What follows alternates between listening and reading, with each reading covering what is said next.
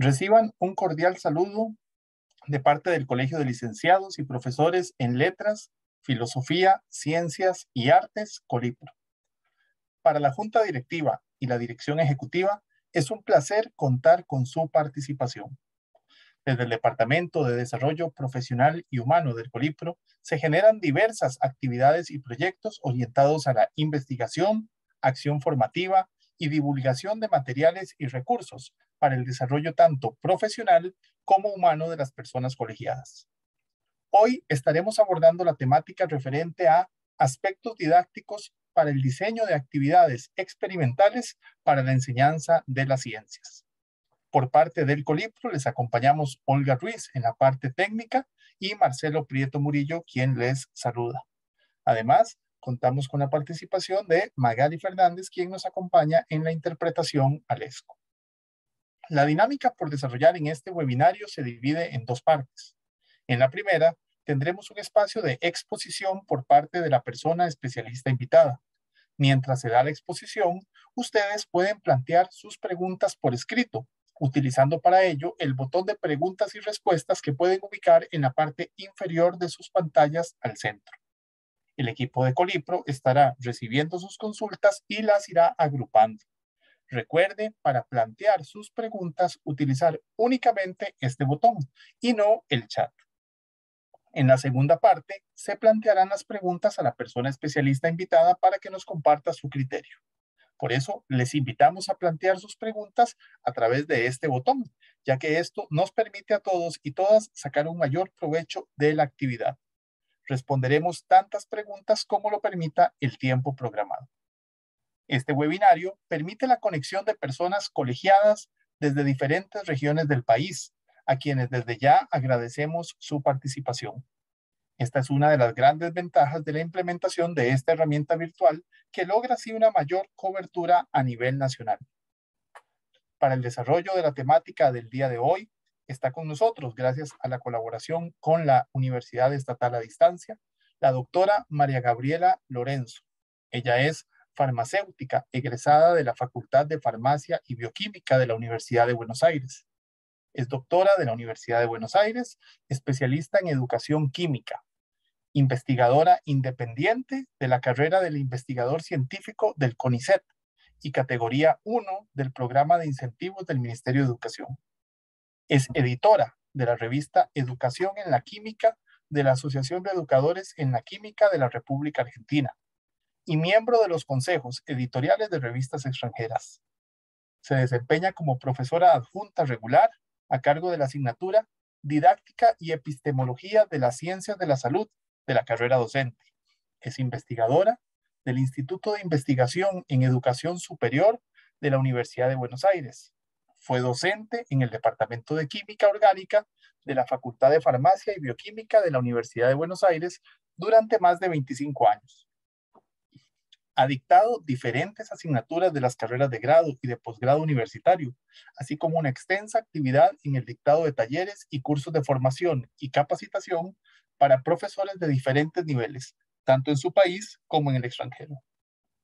Tiene amplia experiencia en dirección de proyectos, ha escrito numerosas publicaciones entre artículos científicos en revistas nacionales e internacionales. Es representante por la Universidad de Buenos Aires ante la Cátedra UNESCO de Educación Científica para América Latina y el Caribe. Finalmente es miembro de la Red Latinoamericana de Didáctica de las Ciencias y de la European Science Education Research Association. Gabriela, un placer para nosotros contar con su presencia. Bienvenida. Muchas gracias, Marcelo, y a toda la gente de Colipro que me permite pasar este rato, esta tarde con ustedes y compartir lo que tanto nos apasiona a todos. Quiero extender mi agradecimiento a Carlos Arguedas, que sin él no sería posible participar en esta actividad, así que en él a la Universidad de Educación a Distancia, Estatal a Distancia y al Laboratorio de Experimentación Remota, también por permitirme estar con ustedes en esta actividad y disfrutar de Costa Rica, que la verdad me está encantando y cada día la disfruto un poquito más. Si me permiten, voy a compartir con ustedes la presentación. y los locales me dirán si ya se está pudiendo ver. Vamos a pasar a modo de pantalla completa. Me avisan si se Ahorita, puede adelante, ver. sí. Se Uy, observa perfecto. Gracias. bien, se adelantó. Entonces, como había comentado Marcelo, vamos a conversar un poco, vamos a discutir, vamos a traer algunos elementos teóricos para pensar y repensar acerca de los aspectos didácticos que tenemos que tener en cuenta cuando pensamos en diseñar actividades que tengan una parte experimental en nuestro campo de enseñanza de las ciencias. Hasta el 2020 veníamos con una tradición, con clases presenciales, donde a lo mejor había cierta inercia en el trabajo y uno continuaba haciendo lo que y se hizo toda la vida. Pero llegó la pandemia y tuvimos que reconvertir nuestras prácticas, nuestras actividades, nuestra forma de enseñar y pasamos a lo que llamamos enseñanza remota de emergencia, que fue al principio un poco dudoso, después fue mejorando, nos fuimos aprovechando de algunos consejos que nos daba la gente especializada en educación a distancia. Bueno, pero ahora volvimos a la presencialidad y entonces, ¿qué es lo que pasa ahora en esta nueva normalidad, en esta nueva presencialidad, donde fíjense ustedes que seguimos, ¿no?, aprovechando las nuevas tecnologías, estos recursos que aprendimos durante la pandemia? Yo no sé ustedes, pero yo el Zoom lo conocí durante la pandemia y ahora parece que no puedo vivir porque estoy todo el tiempo adentro de la sala de Zoom. Esto nos lleva a pensar que si bien las necesidades que tenemos los docentes y que tienen nuestros estudiantes son básicamente las mismas, ahora necesitamos nuevos recursos, nuevos objetos culturales que permitan expandir nuestro mensaje, que permitan incorporar estas nuevas tecnologías para poder brindar una experiencia de aprendizaje que sea holística, multidimensional, que pueda involucrar en las actividades de aprendizaje a los estudiantes. Así que tenemos que repensar y revisar cómo construimos estas nuevas audiencias, cómo nos podemos comunicar. Nosotros que pertenecemos a las viejas generaciones, donde fuimos aprendiendo a usar la tecnología, porque nos fuimos formando y nos fuimos actualizando, pero ¿cómo nos incorporamos a este nuevo mundo? No sé qué pasaba acá en Costa Rica, pero en Argentina, antes de la pandemia, no se podía utilizar los teléfonos celulares en el aula, ¿no? Y los profesores decían, bueno, no, en mi aula no usar el teléfono. Por suerte, como los alumnos usaban el teléfono, mucha parte de la educación remota se sostuvo a través de los teléfonos celulares. Entonces, ¿cómo pensamos, ¿no?, este nuevo mundo donde tenemos este nuevo espíritu de la época, donde todo lo hacemos con el teléfono celular? Porque pedimos la comida, los deliveries, averiguamos sobre viajes, hablamos por teléfono, contestamos mensajes. Un teléfono celular hoy es mucho más que un teléfono. A lo mejor lo que menos hacemos en realidad es hablar. Entonces, ¿cómo pensar este nuevo mundo, aumentar esta porosidad, considerando ampliar el campo de lo posible? Pensar que se pueden hacer más cosas que las que ahora hacemos, ¿no? Porque como dice el filósofo coreano Han, aquí puede ser cualquier lugar, porque estamos todos conectados, no importa geográficamente dónde esté cada uno, estamos todos reunidos en esta actividad. Y tampoco importa el tiempo, ¿no? Porque no sé si habrá alguien de Buenos Aires que a lo mejor se sumó, y bueno, allá son 3 horas más tarde, pero sin embargo seguimos conectados y podemos estar en el mismo momento, independientemente de la hora que nos marque el reloj. Cuando pensamos específicamente en diseñar un trabajo práctico, pensando en que nuestras materias, nuestras asignaturas, química, física, biología y todas las asignaturas que formen parte del área de las ciencias naturales, retomo las ideas o las recomendaciones que ya nos hacía Daniel Gil Pérez, un famoso y eminente catedrático de la Universidad de Valencia, un poco padre de todo lo que es la didáctica de las ciencias, ya en el año 96 nos daba este decálogo de cómo teníamos que pensar los trabajos prácticos para trabajar con nuestros estudiantes en los laboratorios. Y él nos decía, bueno, menos receta de laboratorio, menos ejercicio y plantear más situaciones problemáticas abiertas. Utilizar estos enfoques que incluyen los problemas sociales, culturales, lo que llamamos cuestiones sociocientíficas. Y esto, él propone el enfoque CTS, Ciencia, Tecnología, Sociedad. Luego en Estados Unidos hay otra corriente que tiene algunos puntos de contacto con esto, que es el famoso STEM. Revisar y potenciar los análisis cualitativos, que los alumnos no confundan que hacer ciencia es hacer matemáticas o realizar cuentas, ejercitar o darles la oportunidad de que planteen hipótesis, preguntas, que hagan sus supuestos, que planifiquen ciertas actividades, que ellos mismos sean los que puedan elaborar sus diseños. Dar un tiempo a analizar los datos, a organizarlos, a tratar de entender qué significa eso que nos dio esa situación experimental, ese problema que les planteamos en el laboratorio. Discutir las conclusiones y las perspectivas, qué significado tienen esos resultados desde estos problemas, desde este planteo social que decíamos que podíamos tener en cuenta. Esto también hacer, darle un tiempo a comunicar, ¿no? Hablar en ciencias, que la comunicación científica también es algo importante que está relacionado, que ir al laboratorio no es solo a mezclar, a medir o a plantear una actividad experimental netamente que sea manipulativa, sino también poder comunicar, poder contar, que eso es algo que los científicos forma parte ineludible de su trabajo, ¿no? Y justamente este trabajo de comunicar, de escribir, de hacer informes, de escribir artículos, publicar, da cuenta de que la ciencia se construye colaborativamente por el trabajo de muchas personas que investigan. Y hoy por hoy podemos hablar del caso de las vacunas para el COVID, donde hay diferentes países, diferentes grupos de investigación, donde con sus más, con sus menos, aparecían y hacían propuestas, donde aparece también ahí esto que les decía de las cuestiones sociales, culturales, ¿no? Porque era un problema social que había que atender, pero también queda atravesado por cuestiones más políticas, filosóficas. ¿Qué país es el que fabrica la vacuna?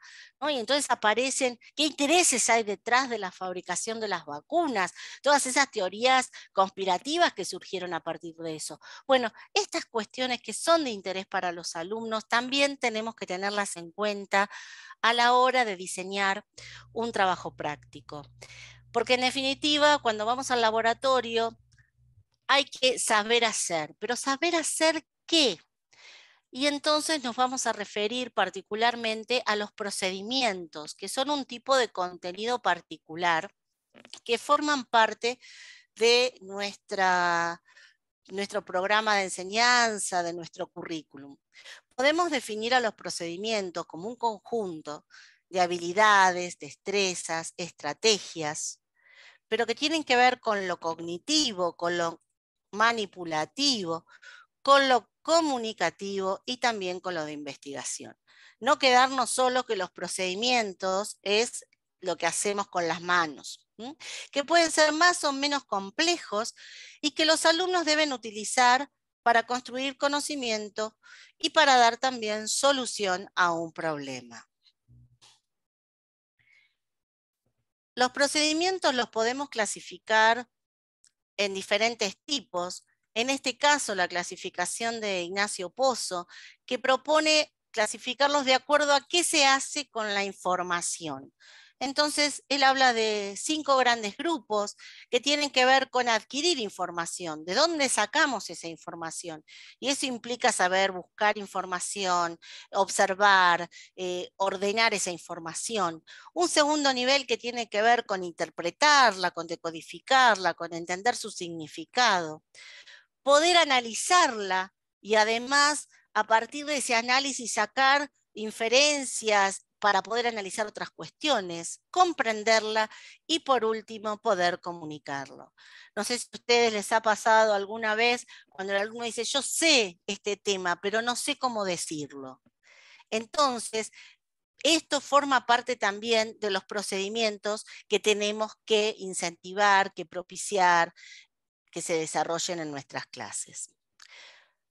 Pero a nosotros nos preocupan los procedimientos en clases experimentales. ¿Y por qué nos preocupa esto? Porque hay cierta tendencia a caer en un cierto reduccionismo donde en el laboratorio vamos a hacer cosas prácticas que se hacen con las manos. Medimos, pesamos, trasvasamos líquidos, filtramos.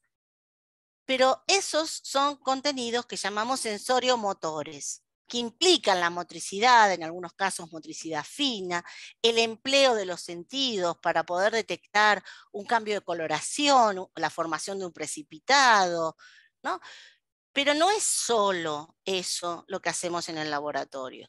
También hay ciertos procedimientos que son intelectuales que nos permiten darnos cuenta si estamos haciendo las cosas bien o no, si hay que corregir, si una reacción química ya terminó, si hay que modificar alguna parte de un equipo de un laboratorio, ¿no? Si este instrumento que estoy utilizando para medir es el adecuado o no para esta situación que yo quiero medir.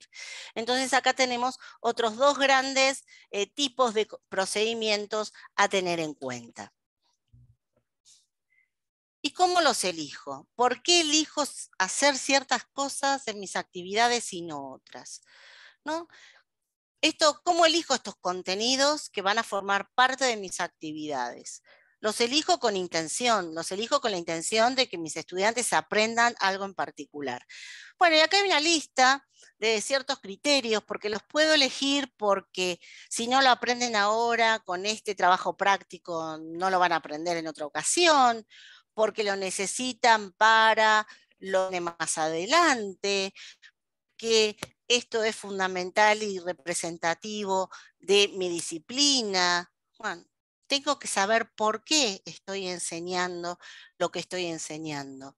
Si estoy, por ejemplo, en un curso donde estoy formando profesores, bueno, puede haber criterios que sean profesionales, ¿no? Estoy formando, digo, tengo que dar este contenido porque es fundamental para un profesor de ciencia que sepa este procedimiento.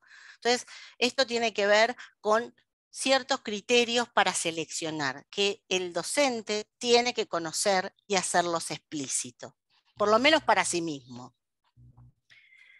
Claro, una vez que elegimos estos bloquecitos de procedimientos, y a lo mejor elegimos conceptos, elegimos actitudes, elegimos otras cosas para trabajar con nuestros alumnos.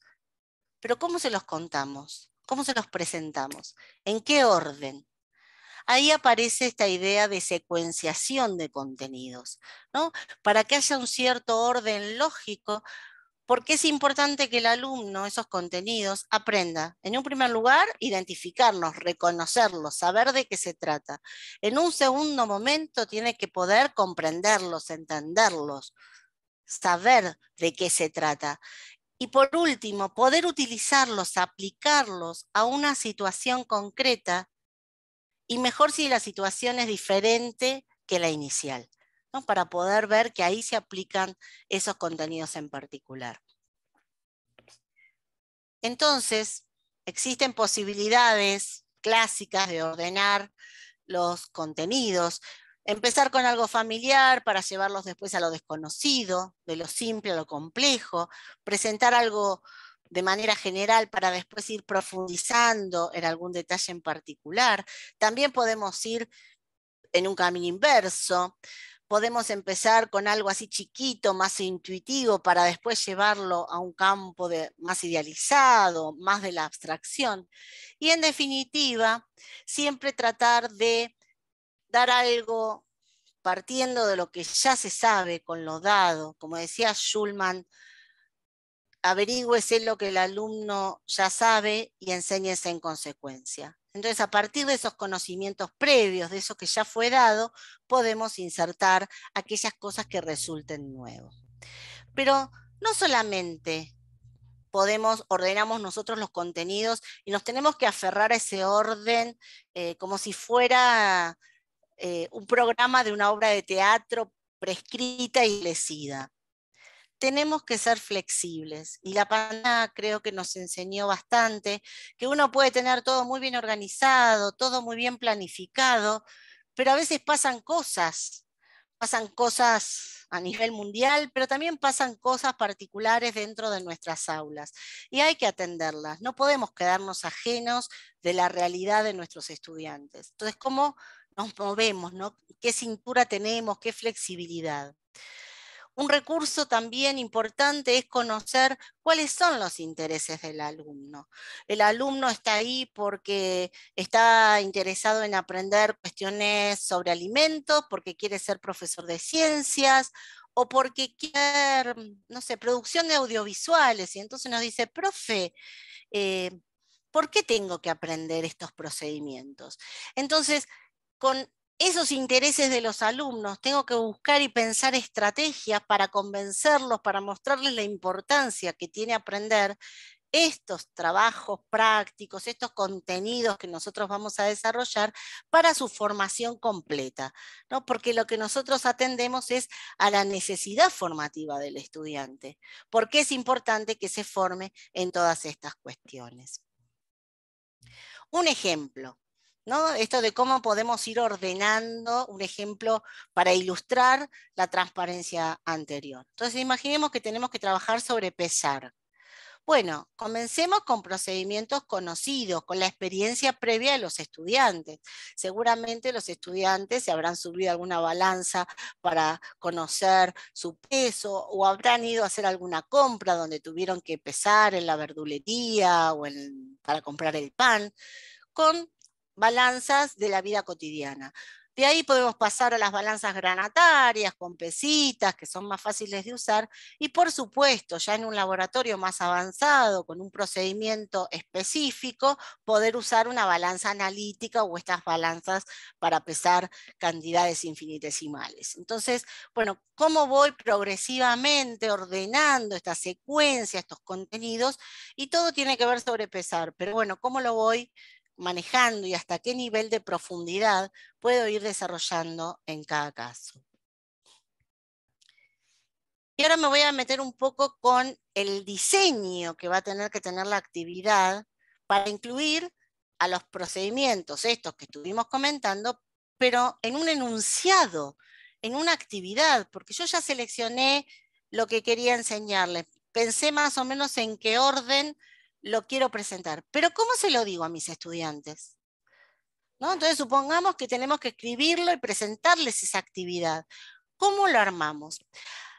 Hay fundamentalmente 5 grandes criterios o aspectos que hoy deberíamos tener en cuenta para diseñar una actividad. Por un lado están los diseños estéticos, el criterio estético, que solamente se los menciono acá porque podríamos hablar más de esto, pero la forma en que lo presentamos, ¿no? Si se ve bien, si es claro, si los colores son adecuados, si los tonos de letra son adecuados, ¿no? Alejémonos de esas antiguas fotocopias, de fotocopia, que no se podía leer nada. Bueno, diseñemos estéticamente el material para que sea comprensible, utilizando determinados códigos de colores, de letras, que eso también ayuda al aprendizaje. Y vamos a ir desarrollando estos otros, los comunicacionales, los disciplinares.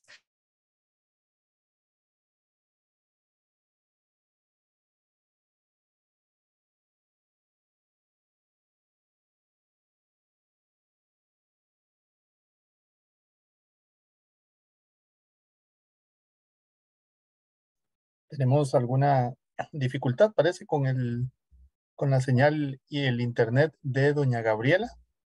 Vamos a esperar un momentito a ver si podemos solventar el inconveniente. Mientras tanto, aprovechamos para recordarles plantear sus preguntas a través del botón de preguntas y respuestas que pueden encontrar en la parte inferior de sus pantallas. Los invitamos a que entonces, ¿verdad? Vayan también pensando algunas preguntas. Creo que doña Gabriela se nos ha desconectado. Vamos a darle entonces unos minutitos y esperamos pronto poder retomar la actividad. Como les decía, les invitamos a que todas las preguntas que se vayan generando las puedan ir planteando a través del botón de preguntas y respuestas que tenemos en la parte inferior de su pantalla. Aprovechamos también este espacio, esta pausa involuntaria para recordarles que estamos en procesos también de matrícula de los cursos virtuales que ofrece Colipro. Les invitamos a ingresar a la plataforma www.ululacolipro.com, donde van a encontrar la oferta de cursos virtuales que pueden tener ahí presentes para el próximo bloque que inicia el próximo 31 de agosto. Pero una invitación para que estén atentos a los procesos de matrícula que están en este momento activos. Vamos entonces a esperar un momentito a que regrese doña Gabriela y en un momentito estaremos continuando con la actividad.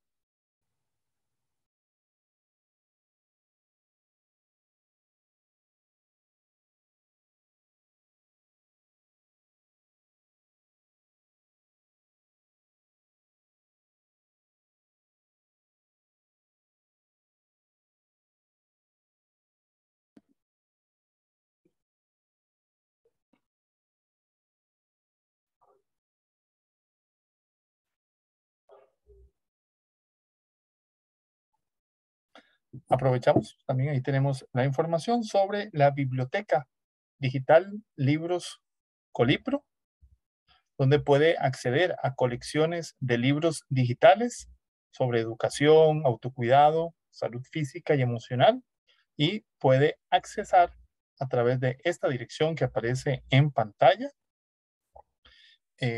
Bueno, y ahí tenemos un poco la información, ¿verdad? Puede iniciar sesión en esa dirección y el usuario es su dirección de correo de colegiadoscolipro.com. Entonces, su dirección, la dirección que se le ha asignado en colegiadoscolipro.com, ese es su usuario, y la contraseña que aparece también ahí en pantalla es Colipro 2022. Vamos a tener esto presente. Creo que ya se está incorporando doña Gabriela nuevamente. Adelante, doña Gabriela. El micrófono está deshabilitado. Ahora sí. Sí, ahora sí, volví, perdón, pero No se preocupe, adelante. la vi que se quedó congelada Magali y entonces digo, debo estar hablando sola. Voy a volver a compartir. No sé dónde me quedé. ¿Cuál fue la última diapositiva que... Creo que estábamos en esa o la anterior. Ajá.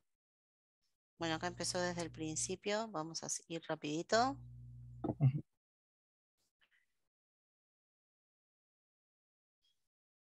Esta la vimos.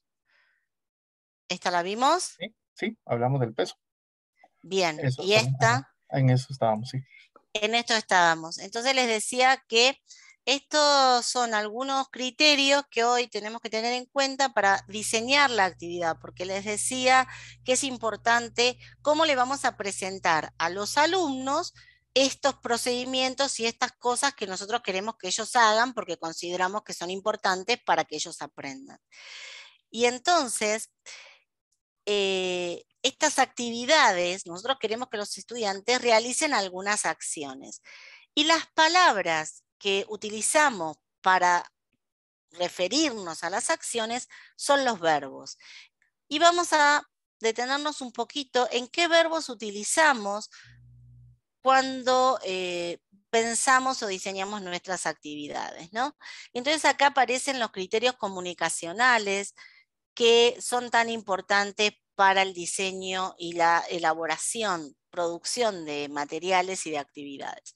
Por un lado, tenemos que tener en cuenta el lenguaje textual, redactar correctamente.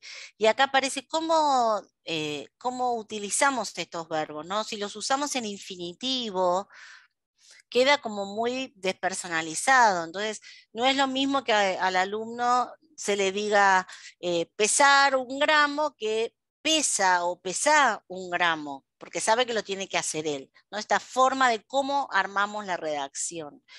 cómo utilizamos el lenguaje científico.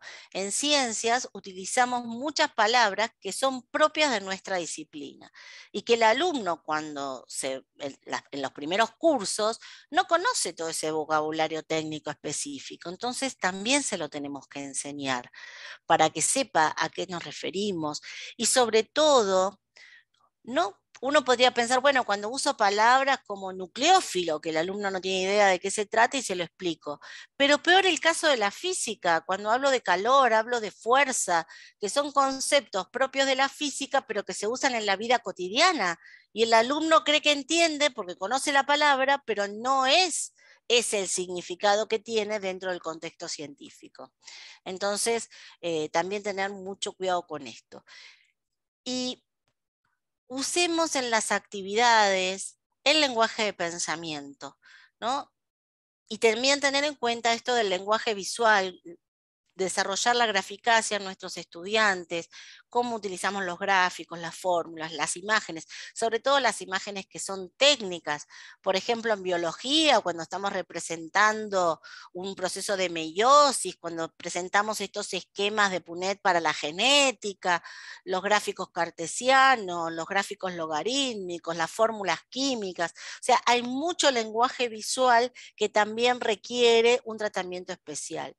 Y nos quedamos con esto del lenguaje de pensamiento, que como su nombre le indica, se refiere a verbos que hacen que nuestro cerebro se encienda y comparta ideas y se active, ¿no? De determinada manera. No es lo mismo decir escribí o diga que cuando usamos verbos como analizar, comprender, explorar, dudar, son verbos que implican necesariamente una actividad cognitiva. Y en particular, el lenguaje científico, el pensamiento científico, recurre mucho a estos 4 verbos que se los señalé especialmente, que son describir, explicar, argumentar y justificar, ¿no? Las descripciones de cómo son las cosas, dar sus características, sus cualidades, es algo que la ciencia hace mucho. Y si le pido una cosa, es decirle al alumno, diga las propiedades de la materia, y otra cuestión es, describa cuáles son las propiedades o las características. Y algo diferente, con otro nivel de complejidad, es cuando le pido que lo explique. El explicar no alcanza con decir cómo son las cosas, sino que tengo que explicar por qué las cosas son de esa manera, ¿no? Y entonces basar mis argumentos, mis oraciones, mis expresiones, utilizando causas, consecuencias, ¿no? Utilizar ese pensamiento causal. Y luego podré argumentar, la argumentación tiene que ver con la intención de poder explicar y convencerle al otro. Los docentes somos argumentadores netos porque tenemos que convencer a nuestra audiencia, a nuestros estudiantes de cómo son las cosas que les estamos explicando, la importancia de que hagan lo que les decimos que hagan. Entonces, siempre estamos argumentando nuestras decisiones. Y por el otro lado, justificar. Y el justificar tiene que ver con los modelos teóricos de nuestras disciplinas, con los referentes, con la bibliografía, con los modelos, con las teorías que avalan, ¿no? Esas expresiones, esas explicaciones que nosotros damos. Así que esto es muy importante de tener en cuenta a la hora de planificar y de diseñar actividades de aprendizaje. Ya en la década del 50, un investigador muy conocido llamado Bloom, se le dio por ordenar estos verbos de pensamiento en ciertas niveles o categorías, y esto se conoce como taxonomía de Bloom, donde se ordenan estas habilidades cognitivas de acuerdo a un grado de dificultad creciente. El nivel 1, digamos que son las cosas más fáciles de hacer para nuestro cerebro, y así vamos aumentando hacia el nivel 6, donde aparecen las cuestiones más complejas. Desde este punto de vista, aprenderse algo de memoria, recordar un dato, reproducir, hacer una lista de cosas que solo requiere de una memoria mecánica, que a lo mejor no hay que razonar demasiado, no hay que comprender mucho, sería lo más fácil que podemos hacer. Y acá, ojo, esto para las ciencias es muy importante porque nosotros necesitamos que nuestro alumno recuerde definiciones, recuerde algunas condiciones, o por poner un ejemplo muy sencillo, las letras hay que saberlas, las tablas de multiplicar hay que saberlas y las tengo que recordar, porque no puedo estar averiguando en el momento, porque son herramientas para utilizar y poder hacer otras cosas más adelante. Pasamos después a un pensamiento que nos permite relacionar ciertos conceptos y me voy dando cuenta de posibles vinculaciones. Paso a un tercer nivel donde voy a resolver problemas. Un cuarto nivel donde soy capaz de identificar las distintas partes que componen un problema, un fenómeno, una situación. Ese es el pensamiento analítico. Cuando a mí me presentan un fenómeno complejo y yo puedo ordenarlo de alguna manera, reconocer características, clasificar, encontrar ciertas categorías. Más difícil que eso es, ante un panorama complejo de gran variedad, poder concretar esas diferencias, esa amplitud en un pensamiento sintético, para poder reformular algún modelo teórico, unas ideas, poder predecir ciertos comportamientos, poder crear, poder diseñar. Por eso también es importante incluir algunas actividades que tengan que ver con este nivel de complejidad en nuestra enseñanza. Y el último nivel, van a ver que hay mucho de Bloom porque la pandemia y el uso de las tecnologías reflotó a estos viejos trabajos que cobraron un nuevo auge y van a ver que hay algunas diferencias dependiendo qué escuela.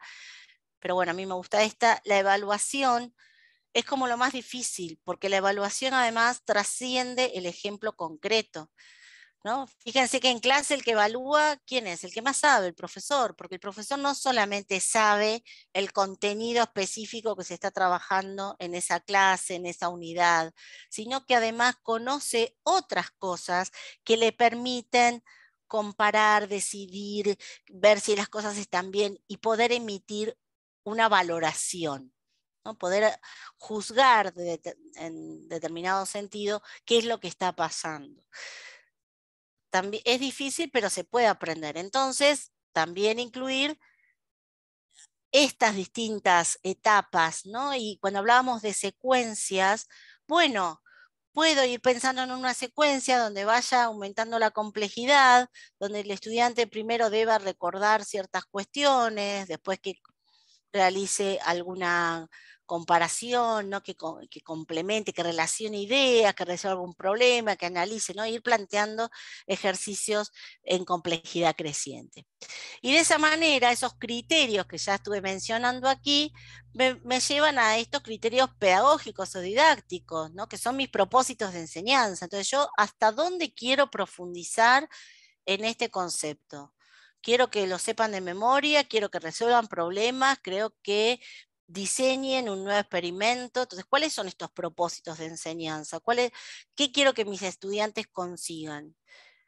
¿En qué contexto estoy yo trabajando, ¿no? ¿Qué, tanto institucional como cultural o social? ¿Hacia dónde va dirigida mi enseñanza? ¿Qué necesitan mis estudiantes aprender de estos temas? Es decir, ¿cuáles son los objetivos de aprendizaje? Y en definitiva, ¿quiénes son mis estudiantes? ¿Son de secundaria de 13 años o son de secundaria del último año y tienen 17 y están por ingresar a la universidad? Se están formando como profesores, se están formando como técnicos, o sea, ¿para qué estamos enseñando, no? ¿Cómo es el perfil de mis alumnos? Y esto nos lleva a pensar cómo comprenden mis alumnos.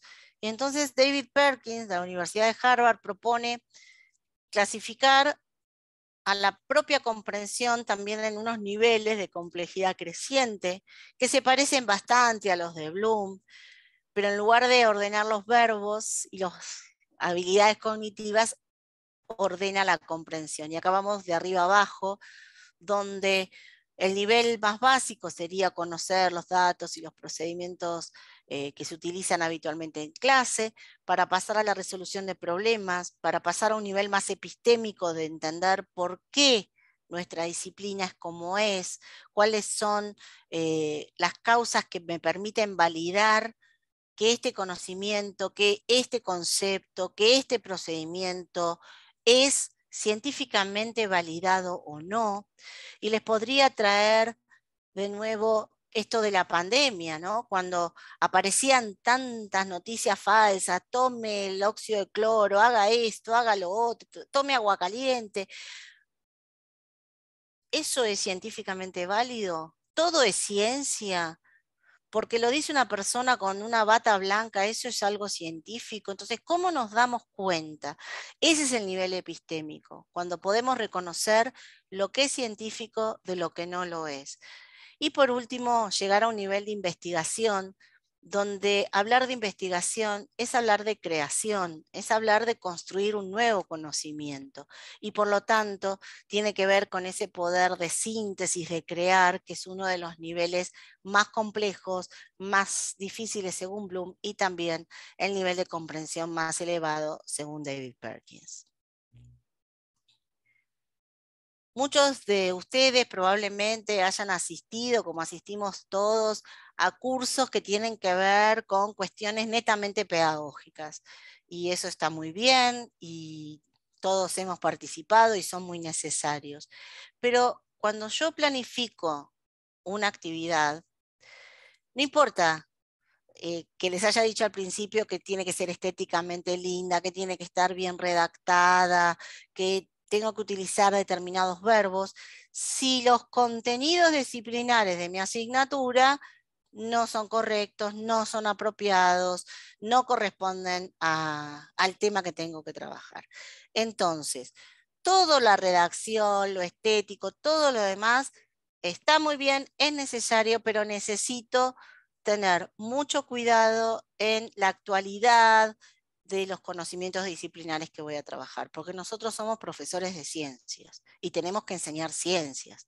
Entonces el desafío es este contenido de ciencia, que yo lo sé, que tengo esta práctica de laboratorio, bueno, ¿cómo acomodo todo lo demás para que la actividad resulte exitosa para mis estudiantes?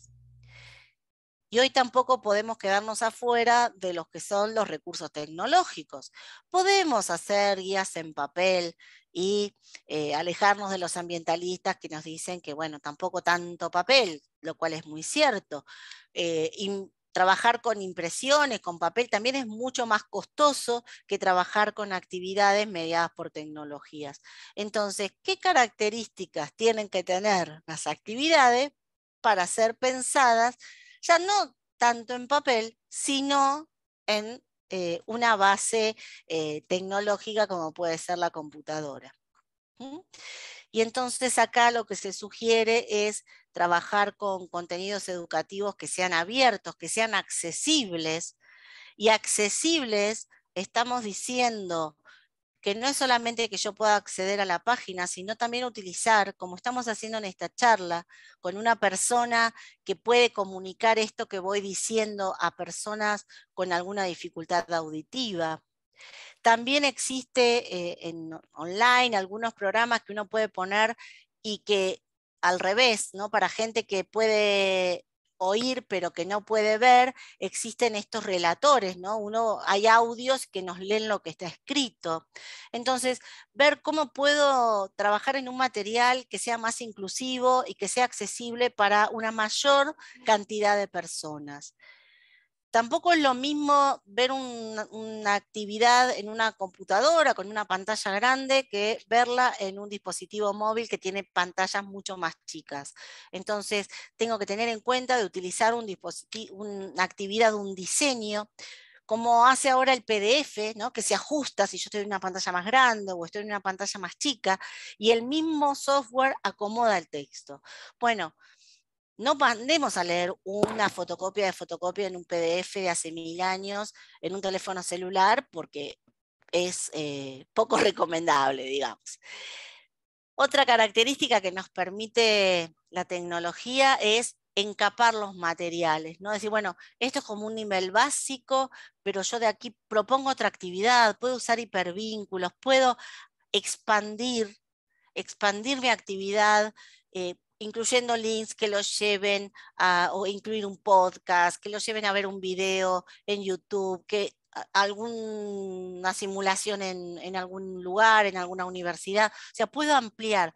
No es solo mi pequeña guía de trabajos prácticos, sino que ahora, bueno, la tecnología nos permite enriquecer y ampliar muchísimo nuestras posibilidades. Y el último punto, el storytelling, la narrativa transmedia que propone Carlos Scolari, es un gran desafío y se los planteo así a modo de desafío porque la verdad cuesta, ¿no? Y es cómo transformo mis clases, mis contenidos de enseñanza, mis actividades en una historia que se enriquezca con todo lo posible, con esta idea de transmedia. Antes era solamente un medio, el papel o la pizarra, pasamos al multimedia cuando incluimos equipos de audio, de sonido, y ahora la idea es esto, trascender eh, lo multimedia. Ya no es un CD o una grabación que esté en mi computadora, no es un video, es un audio, es una imagen, es algo material que está por fuera, es una actividad 3D, tiene realidad aumentada, utiliza la inteligencia artificial, todo, todo. Y eso narrado. Porque dice Carlos Scolari, basado en Jenkins, que los seres humanos aprendemos de historias, de relatos. Así la humanidad ha evolucionado. Y entonces, bueno, si queremos que nuestros estudiantes aprendan, contémosle una historia. Ahora el desafío es contar la historia del equilibrio ácido-base, de la electricidad, del magnetismo, de la herencia, ¿no? Bueno, ¿cómo podemos ir transformando estas o incorporando estas cuestiones? Y antes que alguno se ponga como demasiado ansioso, mi recomendación es no hagamos todo junto al mismo momento. Vayamos como revisando algunas cosas, modificando de a poco, para poder ir ayornando, actualizando nuestros materiales, nuestro diseño de actividades poco a poco, porque si queremos hacer todo junto, sería realmente un trabajo titánico y muy estresante. Pero vamos a ver un ejemplo, trabajando con un laboratorio de química, perdón, pero la química es lo mío, pero esto sirve igual para todos, ¿no? Porque me interesa trabajar con algunas definiciones, porque cuando vamos a un laboratorio escolar, nosotros no hacemos experimentos. Experimentos hacen los científicos, porque por definición, experimento es no saber qué es lo que va a pasar. Puede ser que el alumno no sepa lo que va a pasar, pero el docente sí sabe, porque estamos trabajando con cuestiones conocidas. Entonces, en general, lo que nosotros hacemos cuando planificamos una clase es proponer actividades experimentales. Y ese es el nombre que voy a intentar usar, ¿no? Para referirnos a lo que hacemos en los laboratorios cuando pensamos estas cuestiones. Y vamos al ejemplo que está sacado de la vida real, ¿no? Que es una experiencia que fíjense cómo está redactada, esto es tal cual sacado de una guía, colocar agua destilada en una ampolla de decantación y agregar una pizca de permanganato de potasio. Fíjense, ¿cuál es el propósito de la actividad? ¿Por qué el alumno tiene que hacer esto? No lo dice en ningún lado y no lo dice tampoco al principio de la guía, que yo recorté la experiencia 3, de lo cual ustedes pueden inferir que hay una experiencia 1 y una experiencia 2, pero no dice en ningún lado. La 1 y la 2 son muy parecidas a esta. Utiliza los verbos en infinitivo, o sea, colocar. No es que yo me involucro, cuando leo esto no me involucro en lo personal. Bueno, colocar agua destilada, no sé quién lo va a hacer, pero a mí no me lo está diciendo. Me pone ahí unos puntos suspensivos para completar. ¿Cómo se completa? No dice complete en la línea de puntos con qué tipo de sistema se trata, si es heterogéneo u homogéneo, el número de fases. Cuando nosotros estábamos en la actividad presencial y le dábamos estas fichas de trabajo, estas actividades a nuestros estudiantes, seguramente el docente en persona completaba toda la información que falta en esta redacción. Pero eso implica que hay que llevarse el docente a casa si me tengo que poner a hacer la tarea en mi casa. ¿Cómo yo propicio, promuevo, ayudo a este aprendizaje autónomo, empodero al estudiante, le pido que haga las cosas solos cuando yo estoy presentando las actividades de una manera que me necesita a mí para aclararle todas las cosas que no puse acá, ¿no? Entonces, fíjense estas cuestiones. No le pongo las fórmulas, probablemente después el alumno tenga que escribir las fórmulas, pero acá se lo digo con palabras. Habla de una ampolla de decantación y podría ponerle un esquema, un dibujo. ¿Sabe el alumno? ¿La conoce? ¿No? Entonces, ¿cómo puedo mejorar el diseño estético? ¿Cómo puedo enriquecer la actividad? No solamente completar en estas líneas de puntos. ¿Y cómo la puedo expandir? Estoy pensando en presentarles esto a mis estudiantes a través de una actividad mediada por tecnologías. Bueno, ¿qué otra cosa? ¿A dónde los puede llevar? ¿Cómo puedo ampliar el campo de lo posible con esta actividad? Para enriquecer la actividad, Gil Pérez nos decía en los 90, ese decálogo de planteemos situaciones más abiertas.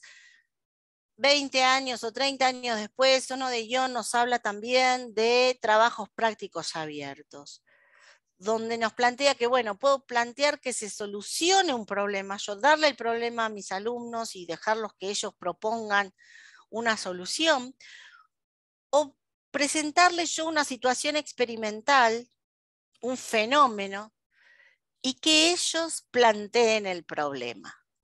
Y esto es un nivel de dificultad bastante elevado.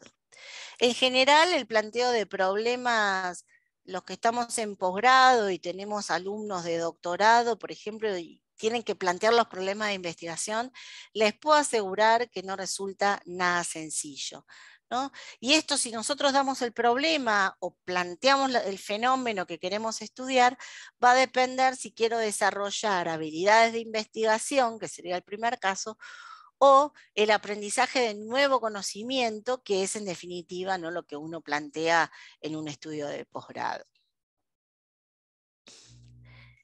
¿Cómo expandir la actividad? Además de todos los links y todos los enlaces que podríamos agregar a nuestra actividad, nosotros estamos desarrollando en nuestro centro el modelo del laboratorio extendido, porque creemos que esa actividad experimental que nosotros consideramos que tiene que tener las ciencias naturales, y digo la química, la física, la biología, no alcanza con ir a la mesada, la vieja mesada de azulejos o de acero que teníamos con las banquetas, ir al laboratorio a hacer, ¿no?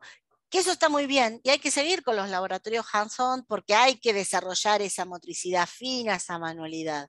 Pero hay otras cuestiones como son las actividades experimentales simples, el uso de simulaciones, el uso de las aplicaciones que vienen ahora para los teléfonos móviles. Y bueno, los laboratorios remotos, que es como la estrella de este modelo donde venimos trabajando en colaboración, la Universidad de Buenos Aires con la UNED, donde estamos desarrollando esto, que una forma que encontré yo muy sencilla de explicar, así como una primera aproximación, ¿no? Porque no necesitamos, volvemos al filósofo coreano, no importa en qué lugar estemos, podemos trabajar, así como la NASA manda al robotito a Marte para que analice piedritas y la atmósfera y yo qué sé, lo que hay en Marte, podemos nosotros también usar una tecnología parecida y aprovechar laboratorios que están en Buenos Aires o en Costa Rica o en Alemania o en África. ¿Por qué tenemos que movernos si no se puede? Esto permite hacer realidad una serie de actividades experimentales que no podrían hacerse incluso presencialmente, ¿no? Entonces, esta idea también de extender el laboratorio. Bueno, estas son las principales cuestiones que quería compartir con ustedes. Espero haberlos dejado más confundidos que que como llegaron, porque la idea es pensar y reflexionar sobre estas cuestiones, porque más allá de todas las incertidumbres y relativismos de la sociedad postmoderna, si educamos es porque creemos que hay conocimientos, valores y en suma unas competencias más deseables que otras. Y esto no lo dije yo, lo dijeron Ignacio Pozo y Carles Monereo ya hace mucho tiempo, pero hago mío esas palabras porque realmente creo que los docentes creemos en que un mundo mejor es posible y que nuestra acción en el aula, las actividades que les proponemos a nuestros estudiantes hacen la diferencia. Y yo estoy convencida de que es así. Así que bueno, les agradezco a todos la atención, les pido disculpas por el corte, que no sé ni por qué se va, ni sé por qué vuelve la internet. Y bueno, y ahí les dejo los contactos, ¿no? Para que visiten nuestro canal en YouTube, donde vamos publicando conferencias, que vamos haciendo también, esto nos permite grabar y después publicar las conferencias, y seguir nuestras redes para que, bueno, se enteren de las actividades que vamos organizando, cursos, conferencias, charlas, congresos, ¿no? Y no solamente anunciamos las que hacemos nosotros, sino que también compartimos, hacemos una comunidad de didactas de la ciencia, donde compartimos toda esta información, porque ahora también es muy fácil participar de cosas que hacen en México, que hacen en Chile, que hacen en España, porque con conectarse es suficiente. Y bueno, y les dejo mi correo también si me quieren escribir. Ha sido un placer. Te dejo de compartir y bueno, estaré atenta a las preguntas. Espero que les haya por lo menos interesado y despertado alguna curiosidad, que se haya movido y sacudido algo en ustedes en esta tarde. Muchas gracias, doña Gabriela. Definitivamente, claro que sí. Tenemos varias ya preguntas para que nos han estado generando. Algunas, bueno, vamos a ver, vamos a tratar de irlas identificando. Nos dicen,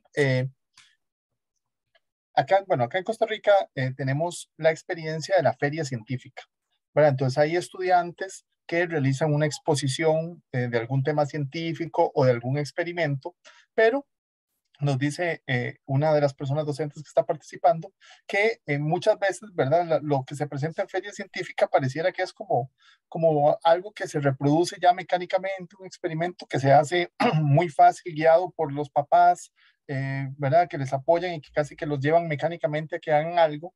Entonces, ¿cómo se podría en estas experiencias generar más el interés por o sea, generar pensamiento científico en estos niños y niñas más pequeños, cómo generar un verdadero interés por la ciencia, por el proceso científico?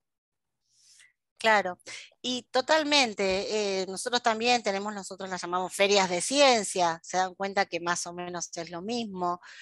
Y bueno, ahí aparecen estas tensiones, ¿no? Con la ciencia, que no nos metimos, pero siquiera nos metemos, porque está, ¿cuál es el fin, no? ¿Por qué es necesario aprender ciencias en el nivel secundario? Porque los estudiantes necesitan aprender ciencias para seguir estudiando después en la universidad, en el nivel superior. Sí, eso es un objetivo, pero también es un objetivo en sí mismo, porque es importante la alfabetización científica para entender los problemas que tenemos como sociedad, porque bueno, toqué mucho el tema de las vacunas y el COVID, pero tenemos problemas de el cambio climático, de los problemas ambientales, los problemas que tienen que ver con salud, con alimentación, con la falta de alimentos.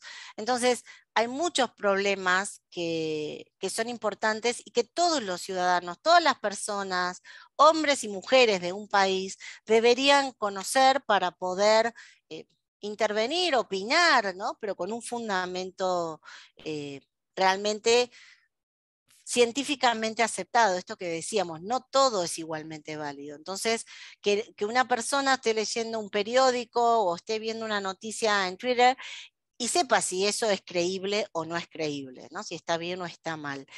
Y me parece que todo lo que yo les conté iba en ese sentido, de motivarlos, porque la feria científica sería como el último paso, el último eslabón de una larga cadena que hemos ido construyendo, y no solo a lo largo de un curso, sino también a lo largo de toda la escolaridad.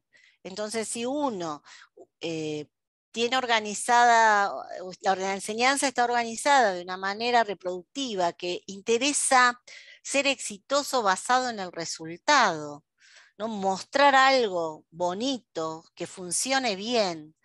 Y eso ha hecho mucho la enseñanza de la ciencia, ha tratado, ¿no? De, uy, no quiero tener problemas, quiero que esta experiencia en el laboratorio salga bien, que no sea peligrosa. Bueno, todas las cuestiones que plantean los docentes, y eso ha pasado muchas veces. Entonces, si quiero mostrar eso, bueno, mostraré algo fácil, que seguro salga bien y todos felices.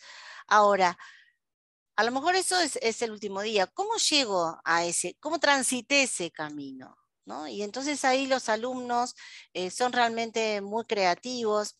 Hoy un profesor me mostraba que está trabajando con sus estudiantes de secundaria a través de proyectos donde les propone hacer una investigación y me contaba las ideas que tenían los alumnos de cosas que querían investigar y querían investigar diferentes cosas, ¿no? Y algunos estaban preocupados por los metales, otros estaban preocupados por los alimentos, otros estaban preocupados por cuestiones de salud, y cómo él terminó organizando todo ese trabajo, invitándolos a que esas investigaciones después las iban a publicar en una revista y tomaron los conceptos a partir de una revista de verdad, por decirlo, ¿no? De publicaciones para que aprendan a ajustar el formato.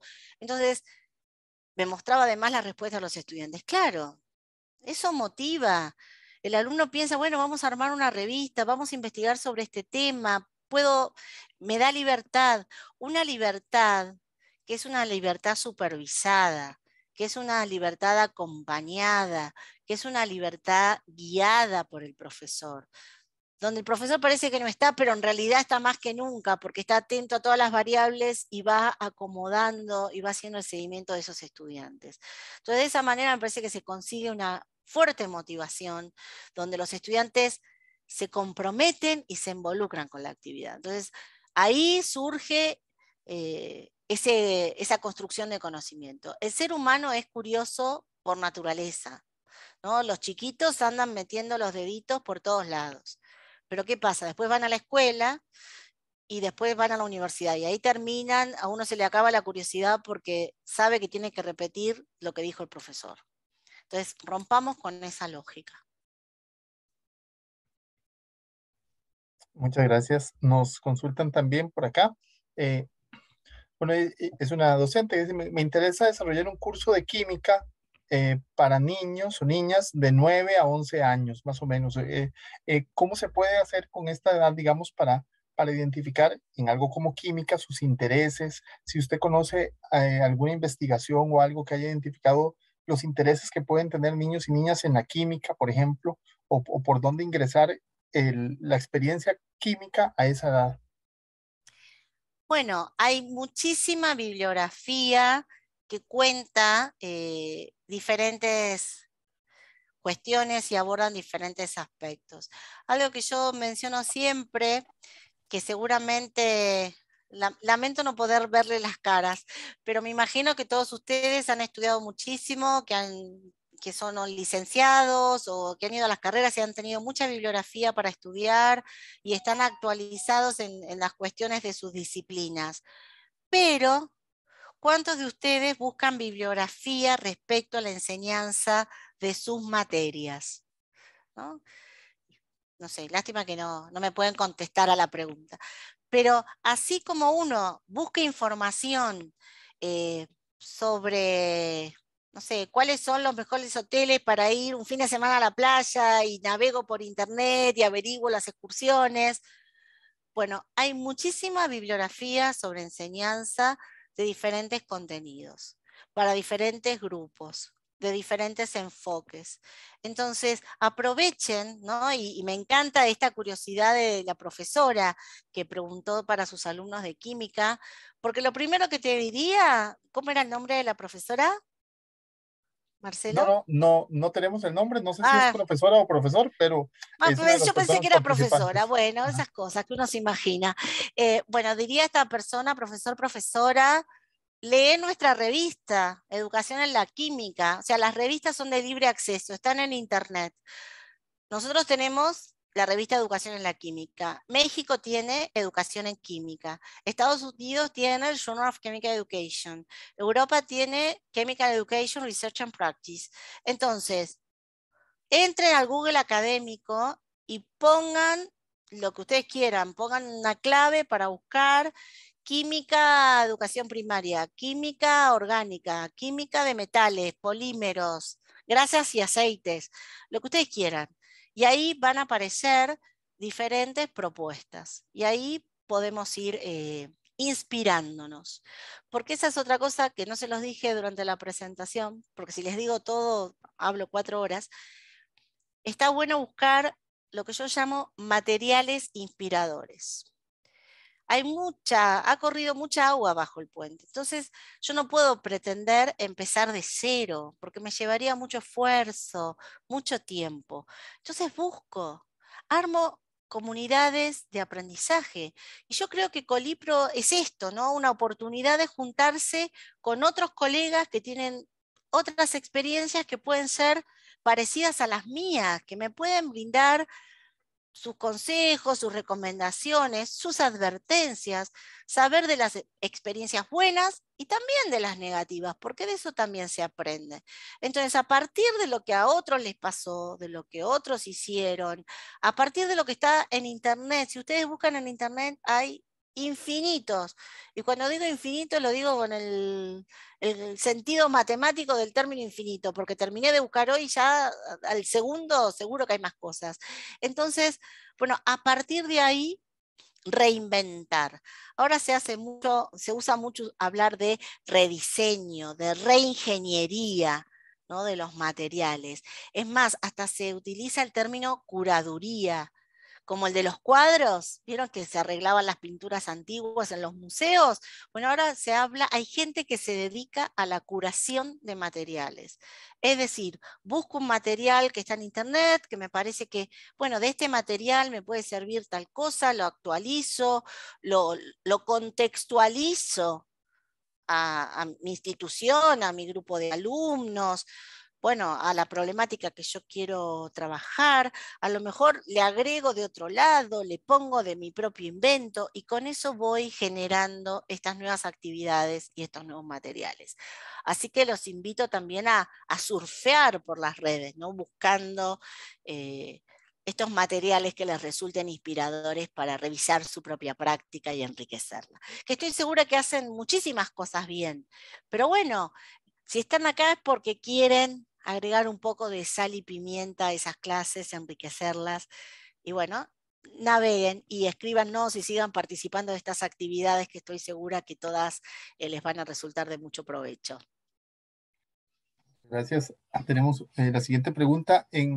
Bueno, cuando uno, usted lo decía, cuando uno diseña la experiencia o hace la experiencia de laboratorio, eh, en ocasiones quizás se lleva mucho tiempo explicando los pasos a pasos y después queda como poco tiempo para, incluso para cuestionarse por qué hicimos este procedimiento así o para analizar los resultados. Nos consultan, digamos, para estudiantes, sobre todo la pregunta es específica de estudiantes de secundaria, es recomendable que después de una experiencia de laboratorio se presente un informe. Ese informe debería ser extenso, debería ser más bien corto. ¿Qué es como lo más útil para que la experiencia sea más provechosa? Yo creo que para que una experiencia sea provechosa tiene que tener 3 partes. Una parte de planificación, ¿no? Que se sepa a qué vamos al laboratorio, qué vamos a hacer, por qué, para qué, con qué idea vamos, que el alumno tenga alguna expectativa de ese trabajo en el laboratorio, después hacerlo, lo que haya que hacer, y después, bueno, poder comunicar los resultados, analizarlos, discutirlos. Que lleva tiempo, pero por supuesto que sí. Lleva tiempo y lleva esfuerzo y lleva dedicación. Entonces, desde mi punto de vista, yo creo que a lo mejor habría que disminuir el número de trabajos prácticos y dedicarle el tiempo que sea necesario a uno o a dos o a tres, ¿no? Pero digamos que preferible hacer menos actividades y hacer menos, pero la que hacemos hacerla bien, hacerla completa, que sea significativa, que realmente sea una experiencia para el alumno y que el alumno aprenda todo lo que tiene que aprender a partir de esa experiencia, ¿no? Entonces, porque yo tampoco, si estoy con un alumno de secundario y le quiero enseñar una técnica de laboratorio, no está en la universidad. No se va a recibir de experto en resolver, no sé, o utilizar un instrumento de laboratorio, porque va a ser, no sé, o lo hago mirar por un microscopio. No va a aprender solo a enfocar, a hacer preparados o miles de cosas. Entonces, ¿qué tiene que aprender en el laboratorio? O sea, ¿cuáles son esos, qué quiero que aprenda, mis propósitos de enseñanza? Y entonces es a lo mejor más importante darle tiempo a esto, ¿no? Al diseño, al planteo de preguntas, qué esperan, a justificar, a entender que ese experimento se puede cómo se relaciona el experimento con la teoría, con los marcos conceptuales, con los modelos teóricos que trabajamos con respecto a eso, ¿no? Porque el alumno, por más que hay cierta tendencia a que uno cree que porque fue al laboratorio y lo hizo, con eso entendió la teoría. Y eso es una falacia. El alumno va y uno mismo va, hace una cosa y no por eso, porque yo esté hablando con ustedes por Zoom, no significa que yo entienda cómo funciona Zoom. Y no lo sé programar y si se me corta la internet, quedo desesperada porque no lo puedo solucionar. Entonces, que la experiencia de ir al laboratorio sea una experiencia rica para el alumno, que le permita aprender cosas, que no sea como usar el Zoom, voy, me conecto y salgo, ¿no? Y entonces, bueno, sí, dediquémosle tiempo a preparar, que eso no hace falta estar en el laboratorio.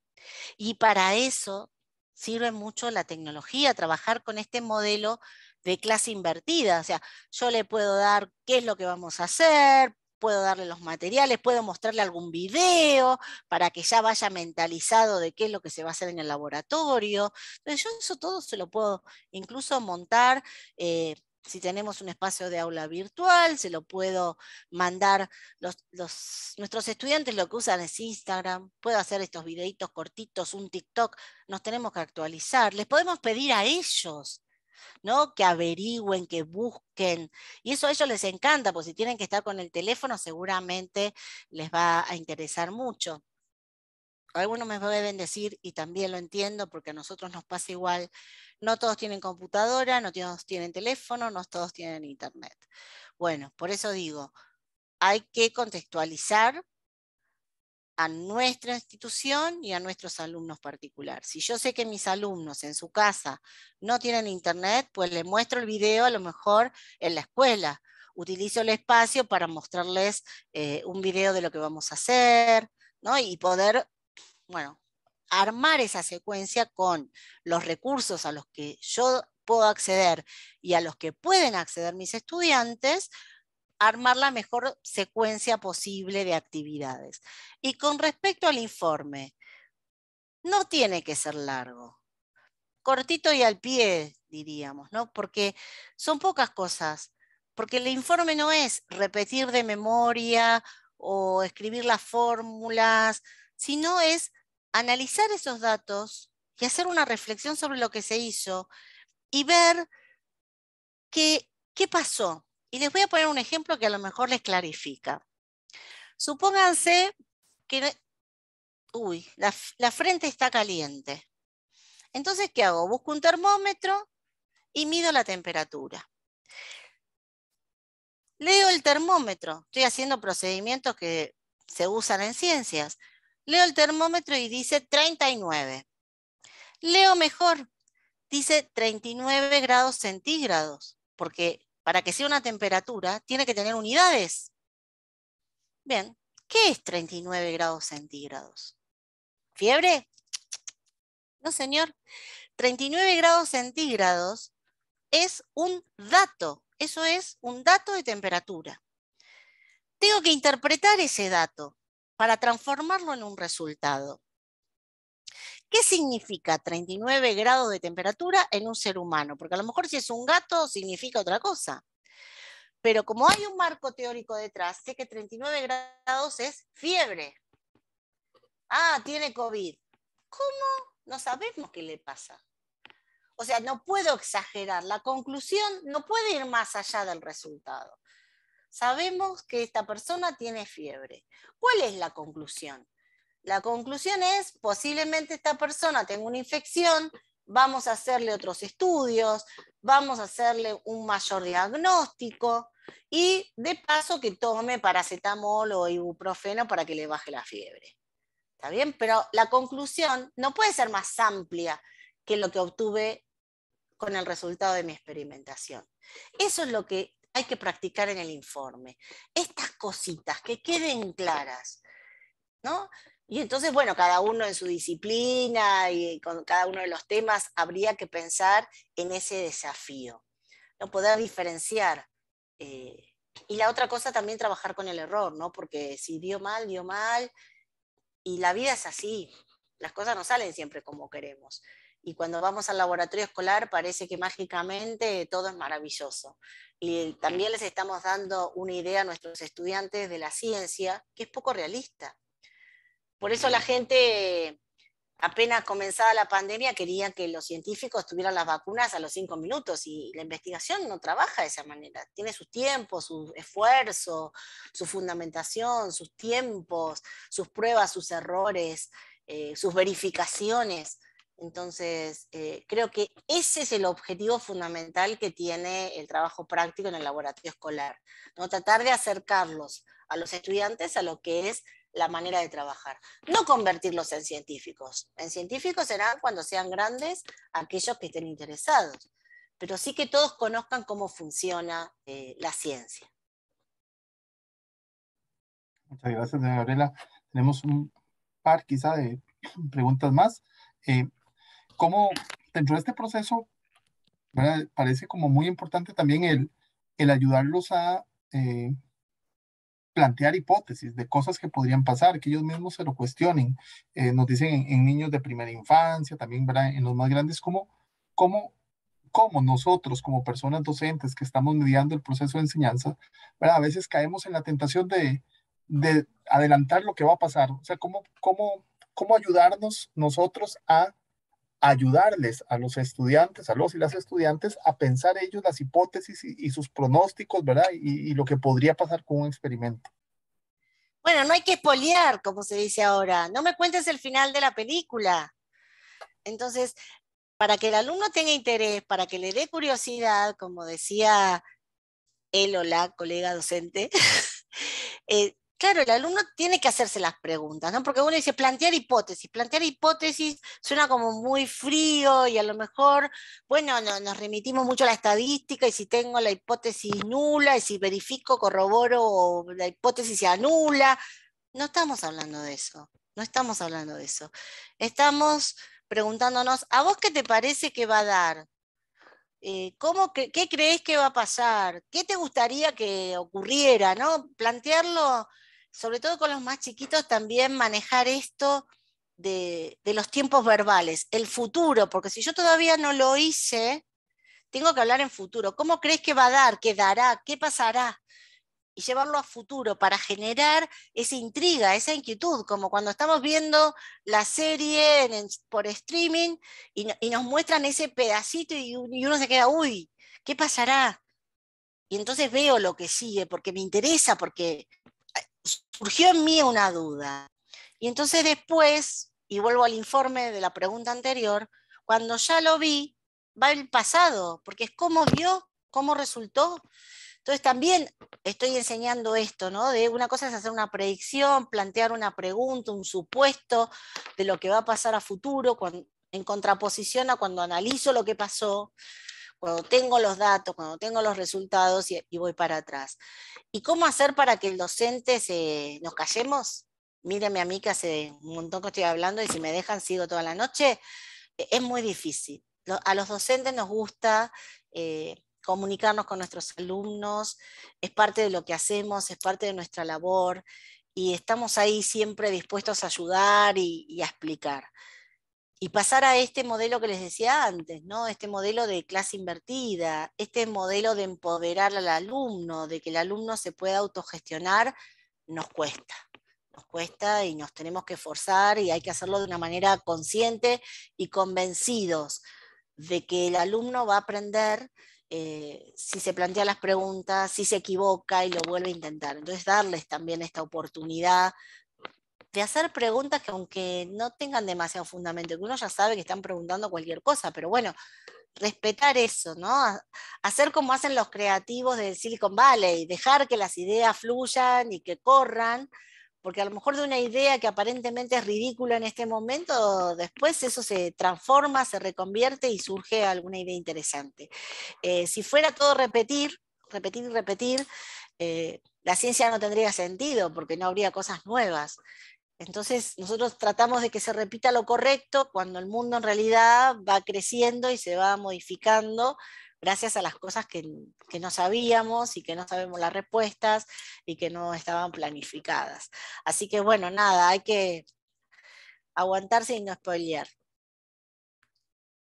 Gracias, nos preguntan, a veces se cae o cómo evitar el peligro de que, bueno, nos dicen muchas personas docentes en ocasiones creen que eh, ya la clase va a ser mucho más entretenida porque puse una actividad experimental, pero a la hora de la hora, creo que es un poco lo que hemos hablado, termina siendo una receta de cocina. Entonces el docente da todas las indicaciones, hay que hacer esto, echen esto, va a pasar esto y listo. Entonces, ¿cómo sin spoilear también, verdad? Pero ¿cómo podemos evitar que sea una receta de cocina, que la actividad experimental de verdad desarrolle habilidades científicas y no sea como el disfrazar de una actividad experimental una clase tradicional?